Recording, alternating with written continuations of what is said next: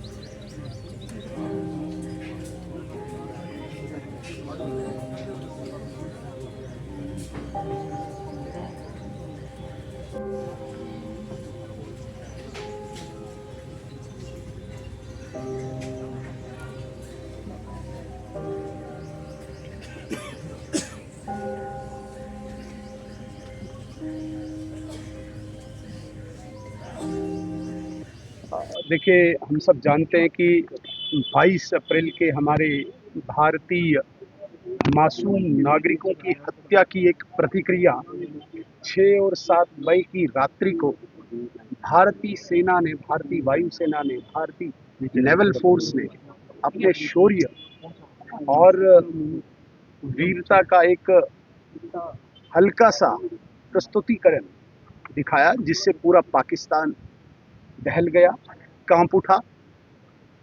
और ये एक्सपेक्टेड था।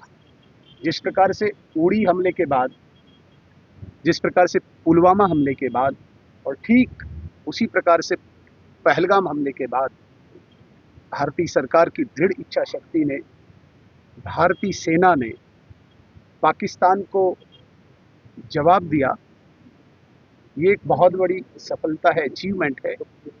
लेकिन जिस प्रकार से पाकिस्तान ने हमारे सिविलियन एरिया को निशाना बनाया, हालांकि पूरी देश दुनिया जानती है, उसका भी एक मुंह तोड़ जवाब भारतीय सेना ने दिया।